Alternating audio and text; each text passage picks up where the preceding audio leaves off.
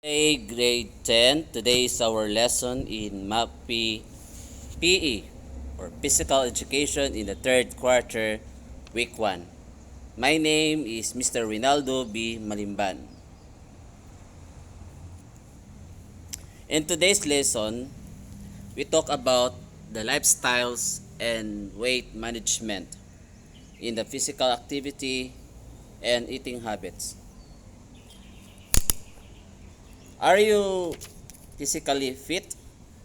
How can you tell if the person's in physically fit? In what way does the level of fitness affect one's health?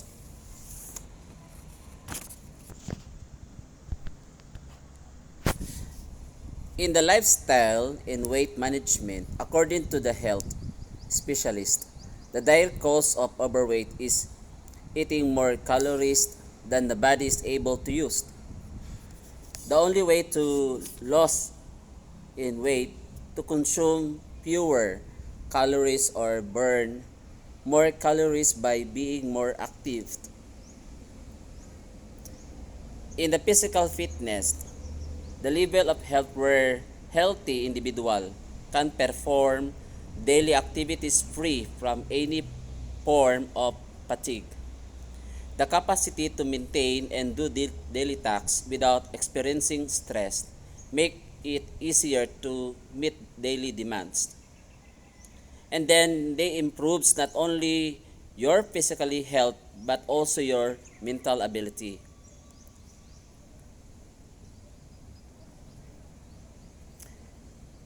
We become also free from any form of high risk health conditions. And what are they? Hypertension, diabetes, coronary heart diseases, stroke, osteoarthritis, cancer, sleep apnea, and respiratory problems. And what are the components of physical fitness? The one is the health related factors, and the second is the skill related to factors.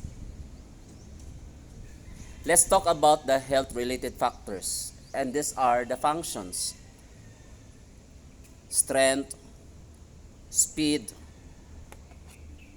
cardiorespiratory endurance, flexibility, muscular endurance, body composition. Why? Because this set of health related factors is clear by our realistic goals.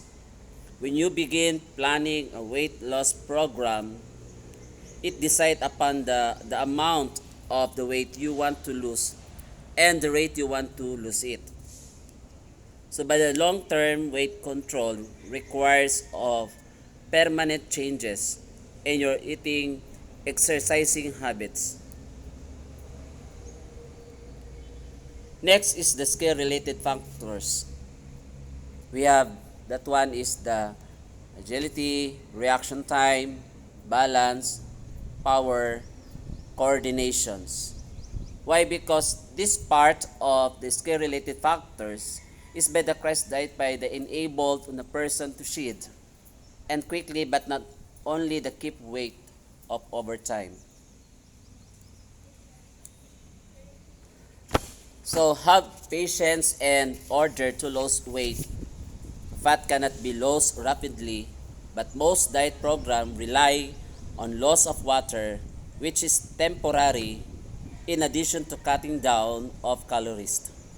So you can also increase your physical activity, and it's easier to exercise than to eat less food. Let's talk about the fitness of assessment. It's a series of measurements and tests that will help identify the status of one of the physical fitness. And these are some of the main tests and the fitness assessment is the one is evaluating body mass index. Second is resting heart rate. Third, health related and skill related test. Why? Because have been patient in order to lose weight, and some factors in these main lifestyles of diseases is most the addition of the cutting down of the risk of factors. Then speaking of risk factors related to lifestyle diseases, number one is the family history of premature heart disease. Number two, cigarette smoking. If you are the one smoker, or drinking alcohol use, weekend. And fourth, physical inactivity. If you're not taking exercise daily, you are not inactive. And five, unhealthful diet. So you cannot eat 3 times a day. You are doing bad accordingly to your body.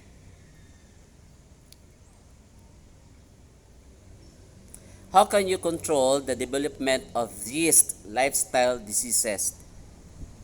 Now, if I read this component of chart, we have three: the lifestyle diseases, the definition, and how to control. Number one is the high blood pressure. It is also known as hypertension. It may increase your risk of heart of diseases, stroke, kidney problem diseases, and congestive heart failure. And how to control of this high blood pressure? Rather, it can be controlled by having regular physical exercise daily. You losing excess of weight, changing eating habits, not more than in 3 times a day, but minimizing the use of salt and food in intake. You cannot be particularly to eat more than snacks daily.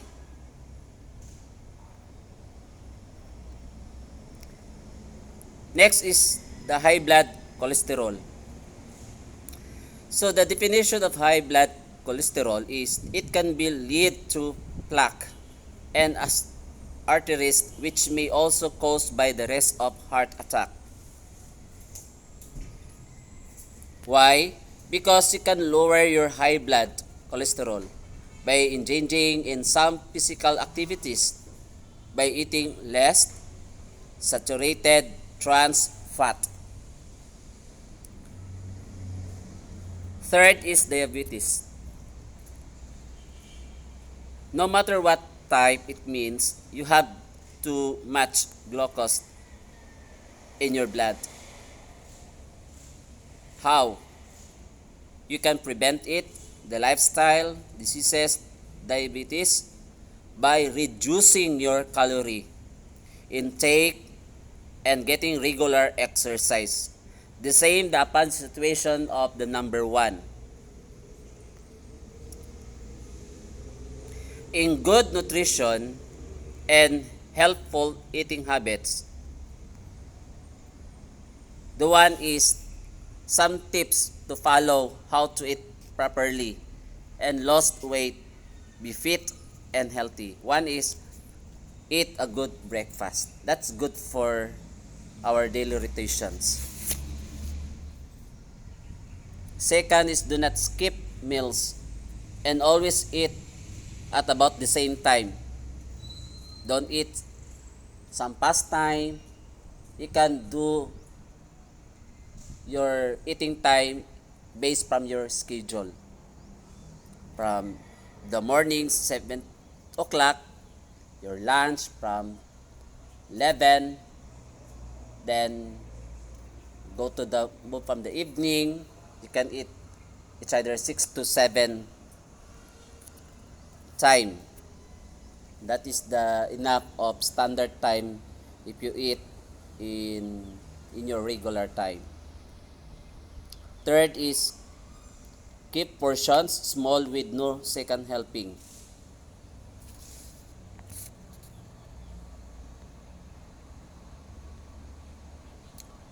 Fourth, eat less of high calorie food. Example, dessert, snacks, chicheria, or whatever that you eat. So, not more than of these. You can eat more some of dessert or snacks or chicheria. But we take note that there are some food are main event of the calorie food. Okay. Five is eat more fruits, vegetable, and cereals. So that's good for our body. Six, eat slowly, leisurely, and chew your food well. No talking, but as well as you eat too much. Number seven is choose to place when you can eat and concentrate on what you eat. Just example of your kitchen. You can fix your food accordingly, rather by your standard food. 8. Do not eat because you are lonely or sad or depressed or some of component problem, failure or failed. If you do this, you can eat when you are hungry. So don't give limitation of these things. 9 is eat less on party food. As we know, as today in pandemia, we call back some of the problem. Not only the demands of our economy, but the demands of this part of the pandemia. In the number 9, you can eat less on the party food, but rather you can also maintain what the food that you can eat for your best. Number 10, stop eating when your stomach is already full. So you know this, students, stop eating when your stomach is already full. So it is easier to exercise than to eat less food, because this is the only way to lose weight is to consume fewer calories or burn more calories by being more active.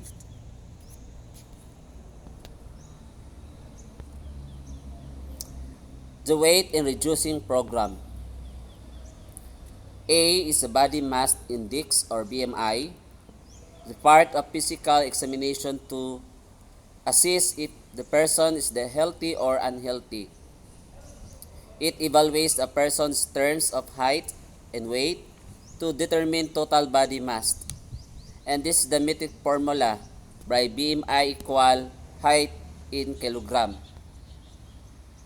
So the height in the milligram is from rating to men to women. So what some advantage and disadvantage of these two component, men and women. So the underweight of the men is less than 20, and also the women is less than 19. The healthy range is 20 to 25, but the women is 19 to 24. The overweight is 26-30 to men, and the women is 25 to 30. So the obese, more than 30, also the women, more than 30. A part of the weight is the waist hip ratio, or WHR. It measures the fat percentage distributed in the torso. A high amount of fat located in the abdominal area has been found to have a greater risk or cardiovascular diseases. In WHR, the rating of men and women is number one is the high risk, more than 1.0, and the women is more than 0.85. The moderate risk rating of men is 0.90 to 1.0, and the women also 0.80 that's 0.85. Another rating from men, low risk, less than 0.90, and the women also less than 0.80. So this is the basis from the weighing ratio. Now, how to give exercise and physical activity to lose weight. So these are some the example how to lose weight accordingly based in your home without weights. Let's just check out.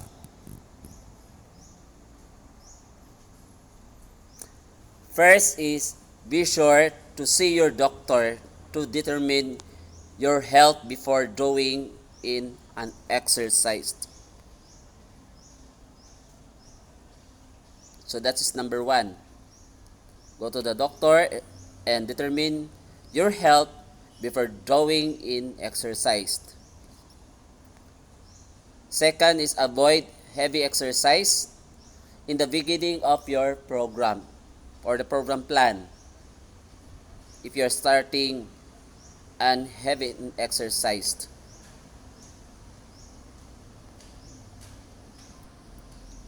Third, choose the exercise that will give you fun and satisfaction. So some of our adolescent or young people who are there doing exercise to make exercise more fun.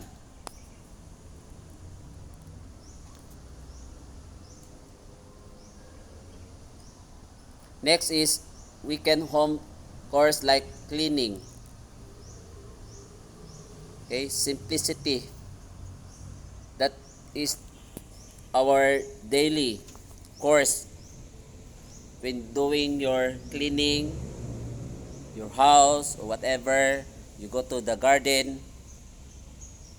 But we take note that that is a part of your course. If you are considered to process, you're losing weight and in your body can be lost quickly.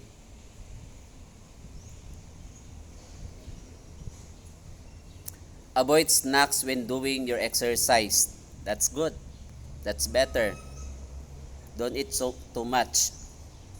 According to the picture, it tells about the eating some hamburger and with the matching type of soft drinks. So please avoid that. Stop snacking to lose weight. So as I said a while ago, and then by that vision, we remember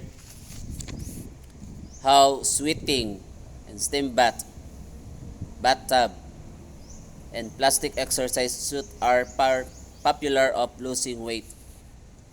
But remember, losing weight means burning calories and not losing water in the body. That's all for today. For more updates, please monitor our eClass online learning platform. Thank you. Again, my name is Mr. Rinaldo V. Malimban, your physical education in MAPEH 10.